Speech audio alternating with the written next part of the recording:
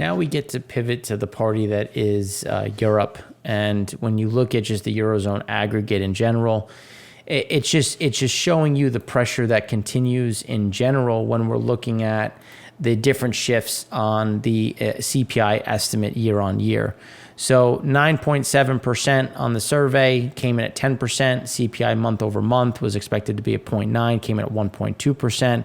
Core, again, moving higher. All of this is showing that inflation continues to move up, and we're going to show PPI in a moment where you're seeing there's just more to come on the back end, with Eurozone manufacturing, again, in contraction, coming in at 48.4.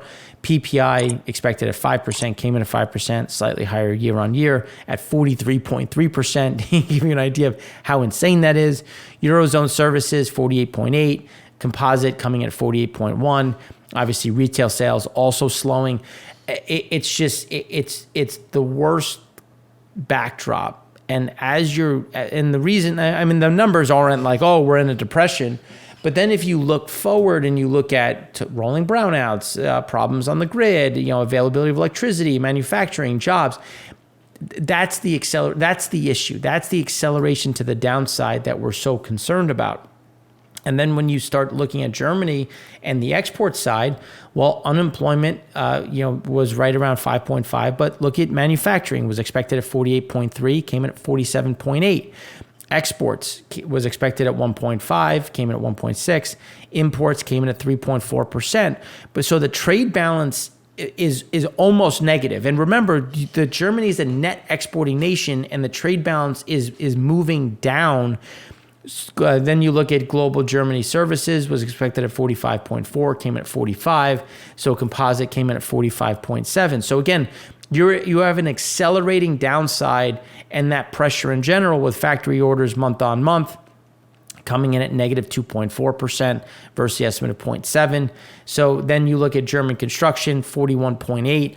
All of this is showing just the pain in which Germany is under, and it's only accelerating, and actually accelerating faster than estimates. Because the estimates are still showing contraction, but it's contracting faster, which has been our base case. For those that have watched us, we've been saying everybody is underestimating the pain in Europe, and it's only going to get worse faster. And now when you look at Nord Stream 1 and 2 offline permanently, or at least one, what does that mean for cost? What does that mean for LNG? How can they get LNG? What is going to be the cost of the LNG?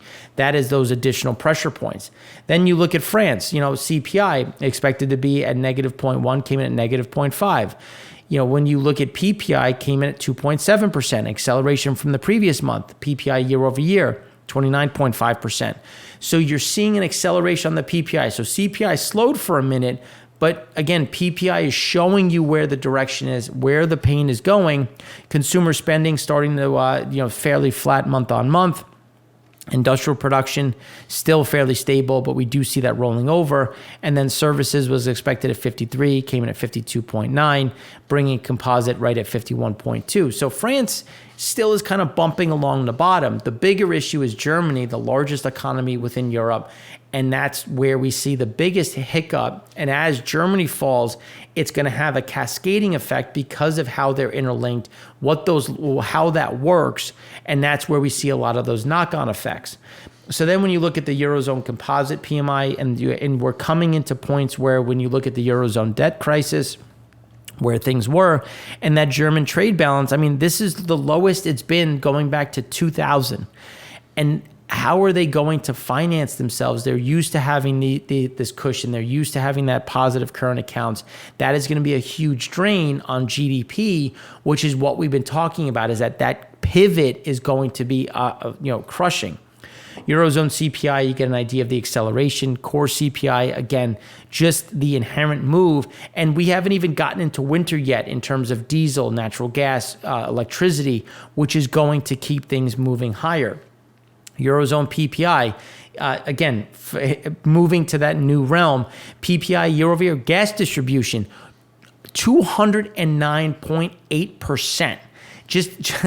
The numbers on that, again, all of that is going to get passed through when you look at the pain in general to not only the consumer, but also the manufacturer, who then puts that into the price and moves that through again, raising prices again.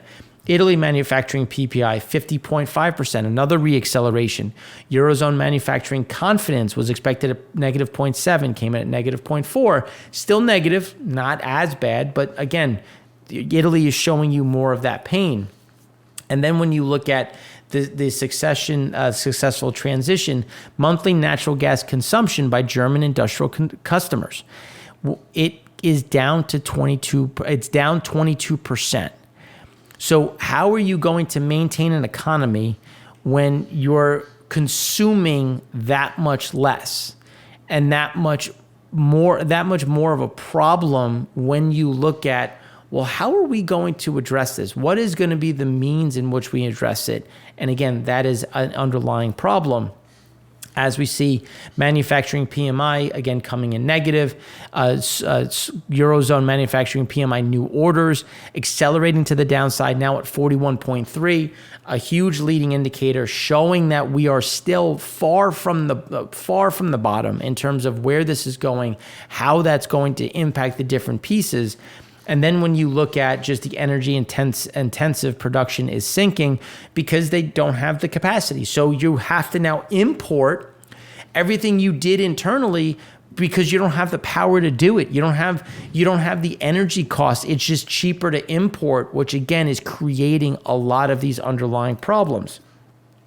Europe is falling into a recession. The forward-looking orders minus inventories component in the manufacturing PMIs is nearing the lows seen during the 2008 financial crisis in Sweden, Austria, Netherlands, and France.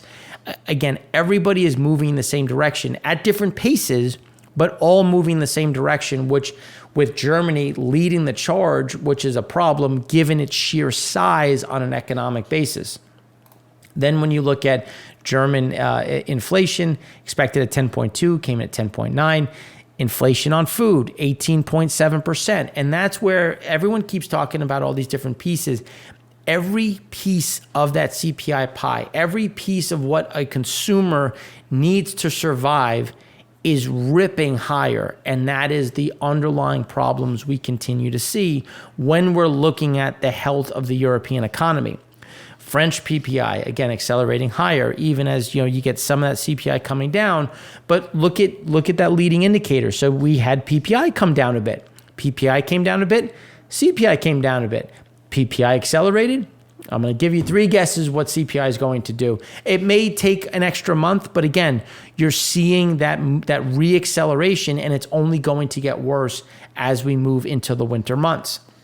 So then when we wrap it up with Italy coming in at 9.5%, and then the economic surveys across Europe is obviously at the negative point of the 93.7 on the economic sentiment indicator, and we don't see that stopping. So it's a quick update. Again, nothing new. It's just everything that we've said and just continuing to get worse. So in the next segment, we're going to look at Asia. And because China remains on holiday, there's not as much to talk about. We'll have more when they come back, but there is some data that we can go through and hopefully let you out early instead of keeping you on the hook for another hour. So please stay tuned for the Asian segment.